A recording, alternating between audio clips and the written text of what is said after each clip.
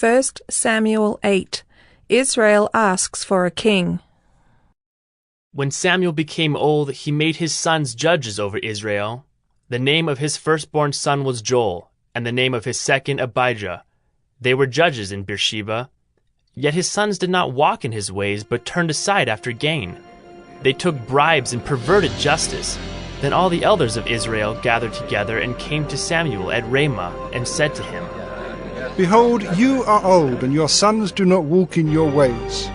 Now appoint for us a king to judge us like all the nations. But the thing displeased Samuel when they said, Give us a king to judge us. And Samuel prayed to the Lord, and the Lord said to Samuel, Obey the voice of the people in all that they say to you, for they have not rejected you, but they have rejected me from being king over them, according to all the deeds that they have done, from the day I brought them up out of Egypt even to this day, forsaking me and serving other gods, so they are also doing to you.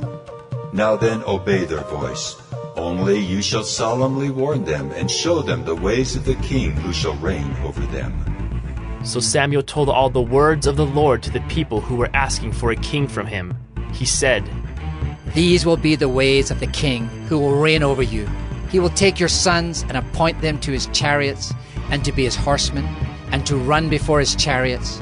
And he will appoint for himself commanders of thousands and commanders of fifties, and some to plough his ground and to reap his harvest, and to make his implements of war and the equipment of his chariots.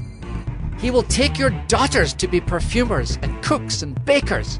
He will take the best of your fields and vineyards and olive orchards and give them to his servants. He will take the tenth of your grain and of your vineyards and give it to his officers and to his servants.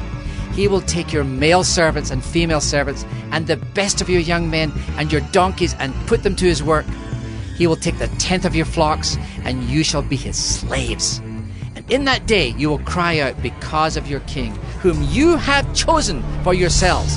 But the Lord will not answer you in that day. But the people refused to obey the voice of Samuel, and they said, No, but there shall be a king over us, that we also may be like all the nations, and that our king may judge us and go out before us and fight our battles.